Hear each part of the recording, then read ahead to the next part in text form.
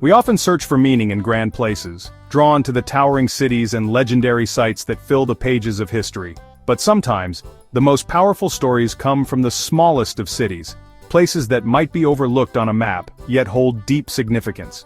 Zoar, whose name means small, is anything but insignificant. Its legacy stretches far beyond its modest size. Its story is one of survival, mercy, and hope, a reminder that even in destruction there can be refuge, and that the smallest places can become sanctuaries. Located near the Dead Sea, Zoar was once part of a lush, fertile plain described in the Bible as, like the garden of the Lord. This land, rich and vibrant, was a place of promise. Today the modern town of Safi in Jordan stands near where Zoar once was, connecting past and present and reminding us that history is never far away. Zoar's story is tied to Lot, Abraham's nephew, who chose to live near Sodom and Gomorrah, cities known for their wickedness and eventual downfall.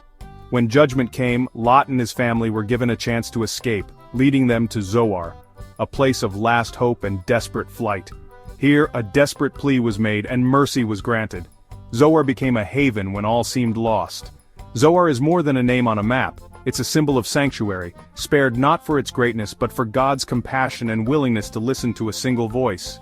Its legacy isn't in monuments but in the quiet truth that mercy can be found when all seems lost, and that hope can survive in the harshest places. Zoar stands as a testament that even a small place can have monumental purpose, shaping destinies and echoing through time. It invites us to explore the nature of refuge, both physical and spiritual, and to consider where we find our own places of safety. Sometimes the greatest stories of hope are found in the most unexpected places where resilience and faith quietly endure. The story of Zoar is one such story, a small city with a big story reminding us that hope and mercy can flourish anywhere. The true story of Zoar begins in crisis, in a world on the brink of destruction, where hope seems almost lost. As told in Genesis 19, this is a tale of warning, fear, and the search for mercy, in the face of overwhelming judgment. Two angels arrive in Sodom, bringing a message that will change everything. They warn Lot that destruction is imminent, and time is running out. Escape for your life, don't look back, flee to the mountains or you'll be swept away, they urge, their voices filled with urgency and compassion. But Lot is afraid, the mountains seem too far, the journey too perilous. The unknown wilderness looms and fear grips his heart. Spotting a small city nearby, Zoar, Lot pleads, "Let me escape there, it's just a little one, my life will be saved." He hopes for a refuge that feels within reach. His request is simple, mercy, a small place of refuge, a chance to survive when all else is being swept away. The angel responds, "I grant you this favor, I will not overthrow the city you have named." In that moment hope is born from fear. Because of Lot's plea, Zoar is spared, and becomes a sanctuary. The city stands as a beacon of hope amid devastation. Lot hurries to Zoar, and as he enters, judgment falls on Sodom and Gomorrah. The sky darkens and fire rains down, but Zoar remains untouched. Zoar becomes an island of life in a sea of destruction, a vivid illustration of divine mercy, a living testimony to the power of a single plea. Zoar wasn't saved for its own righteousness, but because one man asked for grace, and God listened. It is a story of intercession and answered prayer. The sparing of Zoar is a beautiful picture of God's compassion and willingness to meet us in our fear, offering hope when we feel most vulnerable.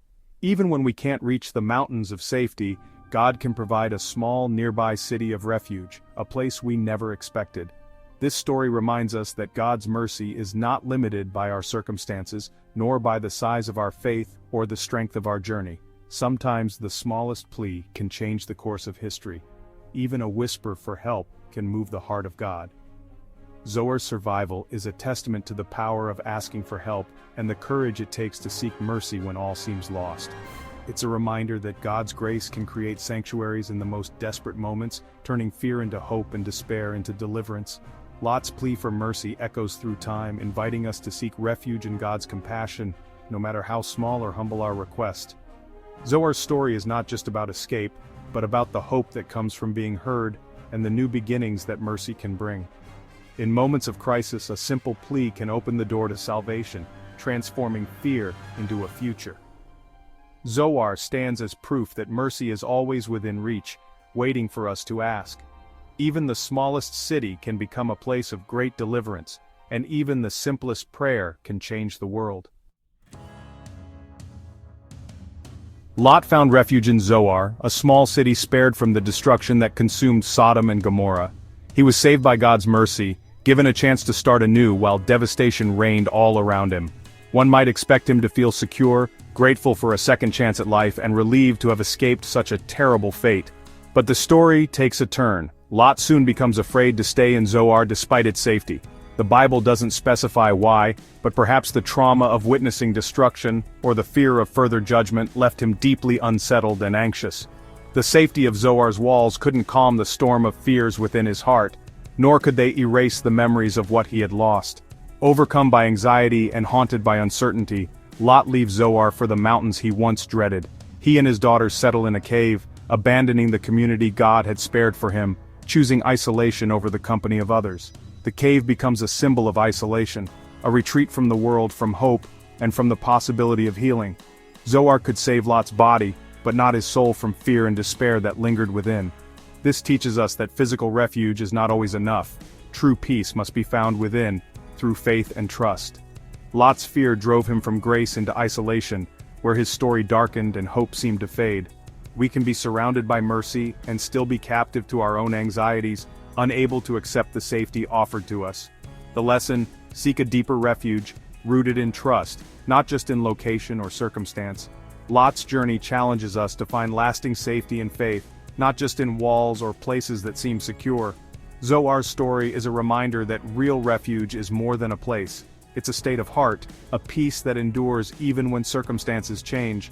Sometimes the greatest threat is not outside but within, and only by facing our inner fears can we truly find rest. Zoar's story doesn't end with Lot. Before Sodom's destruction, the Jordan Valley was lush, like the garden of the Lord. Zoar was part of this green, thriving landscape. When the plain became a wasteland, Zoar remained, a living reminder of mercy. Later, prophets like Isaiah and Jeremiah mentioned Zoar as part of Moab, showing it remained significant long after Lot. Jeremiah describes cries of distress from Zoar, linking it to later judgments. Zoar's survival and later fate remind us that mercy in one generation doesn't guarantee it for the next. Each community must seek its own relationship with God. Zoar's journey, from oasis to refuge to a city in prophecy, reflects humanity's ever-changing walk with the divine. Its story is a mosaic of grace, survival, and warning. Zoar's memory endures as a symbol of both hope and responsibility. For centuries, Zoar's location was a mystery. Today, most scholars agree it lies near modern Safi in Jordan, at the edge of the Dead Sea. Archaeologists have uncovered Bronze Age settlements, pottery, and a vast cemetery, evidence of a thriving, long-lived community. The oasis around Safi, with its fresh water, matches the biblical description of Zoar. Local tradition has long identified this area with Lot's story, especially a cave venerated for over 1,500 years as Lot's Cave. When archaeology, geography, and tradition align, the case for Zoar's location is compelling. The land itself tells a story of survival and endurance. In Safi, the ancient and the modern meet, keeping Zoar's legacy alive. Today, Safi is a living link to Zoar's story. Farmers still cultivate the oasis, echoing ancient rhythms. Lot's Cave, perched above the Dead Sea, draws pilgrims and archaeologists alike. Excavations revealed a Byzantine monastery built to honor Lot's refuge, with mosaics and inscriptions naming him. A nearby museum displays artifacts from the Bronze Age to today, connecting visitors to the region's deep history. Safi's people, the ancient ruins, and Lot's Cave together keep the story of refuge alive for new generations. Here, the past and present blend, and Zoar's message endures. The Jordan Valley was once a paradise, lush, green, and full of life. Zoar thrived in this abundance, but the landscape changed dramatically after Sodom's destruction. Fire and sulfur turned fertile plains into barren salt flats, leaving Zoar as an island of life on the edge of desolation. Over centuries, the region grew even drier. Today, the Dead Sea is shrinking and the land is harsh. This transformation is a parable about the consequences of judgment and the fragility of our environment. Zoar survived the cataclysm but lived with its aftermath. Mercy doesn't erase consequences, it helps us endure them. The changed land is a silent witness to the story of refuge and warning. Zoar's survival teaches us about hope, stewardship, and living with the world we inherit. Zoar's story is rich with lessons for today. God's mercy provided Lot a way of escape, showing compassion even in judgment. Zoar is a physical example of God's promise to be a refuge in times of trouble. Yet, Lot's fear shows that true refuge is more than physical safety, it's a secure heart. We can be safe and still be anxious. Real peace comes from trust in God. Zoar is a symbol of hope. Even in judgment, God desires to save, not destroy. For anyone overwhelmed by life, Zoar is a beacon. There's always a path to grace. The story challenges us to seek lasting refuge in God, not just in places. In every storm, there's a little city of grace waiting for us. In the Bible's tapestry, Zoar is a small thread with a big message. Its smallness makes its story of grace and hope even more powerful. Zoar stands as a symbol of mercy found in unexpected places. Lot was saved not by his strength but by asking for help, and God answered. Zoar's legacy is hope. Even in destruction, there's a path to safety. Archaeology and tradition ground this message in reality, not myth. Zoar invites us to look for grace in the small corners of our lives. No situation is too dire for hope to enter. Just as God spared a small city, He offers salvation to all who seek Him. Zoar's story whispers through time. There is refuge, there is mercy, there is hope.